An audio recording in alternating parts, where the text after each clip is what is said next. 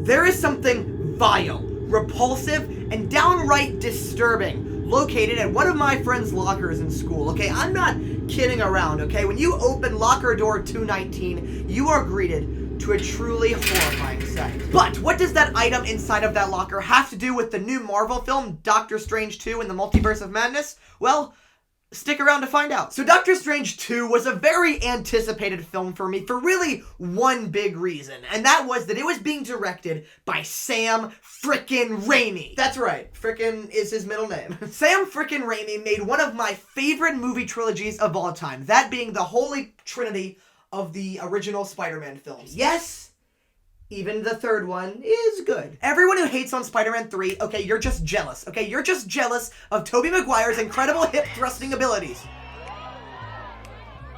When I said that, I was like hoping like my dad was gonna like walk around the corner and just look at me disappointed. But I have always just been a big fan of Sam Raimi's directing style. So I was insanely excited to see what he was going to do with this film. But then, during the lead up to the film, about 1.5 million rumors came out about the crazy cameos that were gonna be in this film. Because nowadays, movie audiences have just divulged into people going, wait a minute, is that the guy from the other movie? I've seen that movie before, I like this movie now. My hair, oh my gosh, my hair is so bad. I did not do my hair at all, and it's such a mess. What is that? But there were a hefty plethora of cameo rumors, like Captain Carter or Professor X. Or, in the weirder end of the spectrum, which is where my dad always says I am, there were rumors about Tom Cruise as Iron Man and even Nicolas Cage as Ghost Rider? I can't believe that was a thing. You pee fire in this film. How do you respond to people that say those kind of infections are painful and frankly, not a laughing matter? Well, fire is very purifying. I think any infection would be just burned. But going into this movie, I didn't care about all these cameo rumors, okay? I didn't care about people predicting. I only wanted one single cameo, and that was a cameo by Toby Maguire's Spider-Man. Now, you might be thinking, Carter, why would you expect that? But trust me, there is an infinite multiverse of reasons why. My hair is such a mess. I look like Oliver Tree. Old Oliver Tree. Not freaking his sister, Oliver Tree. Look. First off, Toby Maguire was the Spider-Man of the original Sam Raimi trilogy. And this film is a direct follow-up to the film that literally starred Toby Maguire's Spider-Man. Seabiscuit. Every night, I dream the same dream. And then... No! I'm not afraid of you. Every horse is good for something. You don't throw a whole lot... Or that other Toby Maguire movie where he just like screams at his wife the whole time. You opened the doorway between universes. We don't know who or what will walk through it.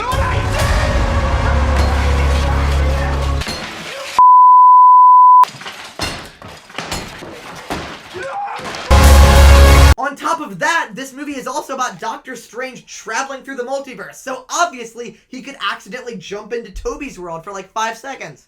And in the opening scenes, Doctor Strange literally cracks jokes about Spider-Man, which could have even been a setup for it. And Sam Raimi just announced that he wants to make a Spider-Man 4, so the stars were just aligned, guys. The stars were aligned to make me suffer, but we'll get to that. So I went into this movie thinking there was no way there wasn't at least going to be a quick Spider-Man cameo. And I was confident too. I was very confident. Confident to my downfall. My friends told me I was crazy. I should have believed them. It would have saved me. It would have saved me a lot of suffering. But while watching this film, I made a bet with my friend Alfred, okay? Oh, Alfred, is he a butler? Is he a butler? Oh, wow, that's a really creative joke. You come up with that one all by yourself? But I turned and looked over at Alfred, and I made him a bet. I said, if Toby Maguire does not appear in this film, I will lick the lollipop. Now, after saying all of that, I know what you're thinking. And yes, Alfred, that is a pathetic excuse for a mustache. But the other thing that I was going to talk about is you're probably wondering, what is the lollipop? Well, my friends, that's what lurks behind the ominous locker 219's door. And trust me, it's not just a lollipop anymore. This lollipop was left in the bottom of my friend's book bag for weeks and slowly and methodically decayed. Until we found it, and we thought it was kind of funny because it looked gross. So inside that locker, we put the nasty lollipop hanging from the top as like this, cursed omen. And then we did what any normal person would do, and we decorated the rest of the locker to look like a cult. And then we meet there every day at lunch. Now that I think about it, that does actually sound like a cult thing. And we have sacrificed a few humans. But I'm pretty sure it's not a cult, because we don't have robes yet. But as I was watching Doctor Strange, and it ended, I thought, okay, Toby wasn't in the movie, but he is definitely gonna be in the mid-credit scene. He was not in the mid-credit scene. But then I was like, okay, he wasn't in the mid-credit scene, but he's definitely gonna be in the end-credit scene.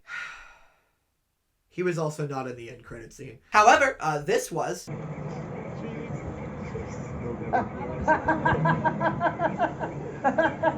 It's over! Yeah, you're right, Bruce Campbell.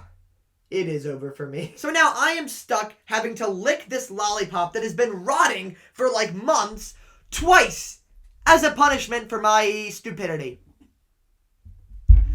What have I done? This is literally like the new form of the cheese touch, except it's like the lollipop lick. Okay? Great. Now no one's gonna want to touch my tongue for miles. Oh my god. It's so, I know, but it just reveals how nasty this thing is. Oh. Like the wrapper has become part of the wrapper's like absorbed into it. Bro, how many? It's like a heart. Oh my gosh. Why is this so cool? Is that hair? Is that hair? Is that scales? But before we cut to the inevitable gross punishment that frankly may kill me, I don't want this video to just be a story time. I also want to talk about one more thing, and that is the political and economic state of the world. What mom selfie? I'm just like, dude, like, oh my god, like, can we talk about like the political and economic state of the world right now? Just kidding, guys. Even though I know a lot about those two things, I'm not going to talk about them right now. That was just a Jaden Smith joke. Man, that family is such a meme now. Wow! But what I really do want to talk to you guys about for 1 second is the cameo culture and fan theory around this film. And I just have to say, even though I would have loved to see Toby Maguire or frickin' Nicolas Cage, Frickolas Cage, you are not as proud as I am of that joke. Okay. But I really do respect Marvel and Sam Raimi for not just selling out. This movie could have easily been a cameo-filled mess, just trying anything to make the audience cheer. Hey, I know that guy. He's from the movie. And while there is fun cameos, this movie tells a story that doesn't rely on them at all. And actually, in a way, it kind of does the opposite of selling out. Like, it brings in all of these people that fans have wanted to see, just to brutally murder them. Isn't that awesome? And that Illuminati fight scene was one of the coolest things, in my opinion, that Marvel has ever done. So yeah, I loved that scene a lot. It was just so gruesome and shocking. I understand if some people really hated that scene, but I gotta be honest, I totally dug it. And something else I really love about this movie is that it does feel like a Sam Raimi movie. And once again shows that that man does not sell out. In fact, I think this movie is more Sam Raimi feeling than even the original Spider-Man trilogy was. With all of the horror and weird and creepy imagery of this film, it feels like they actually gave Sam Raimi freedom to direct a project. And I really like that. So I know that some people will be disappointed because they thought this movie was going to be an erupting volcano of cameos. Oh my gosh, Nicolas Cage! He's actually trying to bring a smile to the devil's child and make him laugh a little bit. And what better way than to pee fire to make the devil's son laugh? That's it. Yeah, indeed. And while I lost the bet, and that sucks, I am actually really proud of Marvel for not just selling out to the cameos and doing everything that the internet wanted them to do. And maybe that's just me trying to come to terms with my own punishment, but you know what, whatever. Let's just cut to the punishment. Let's get it over with. This is Why is there a random bag? Look at that. This is what I must go through.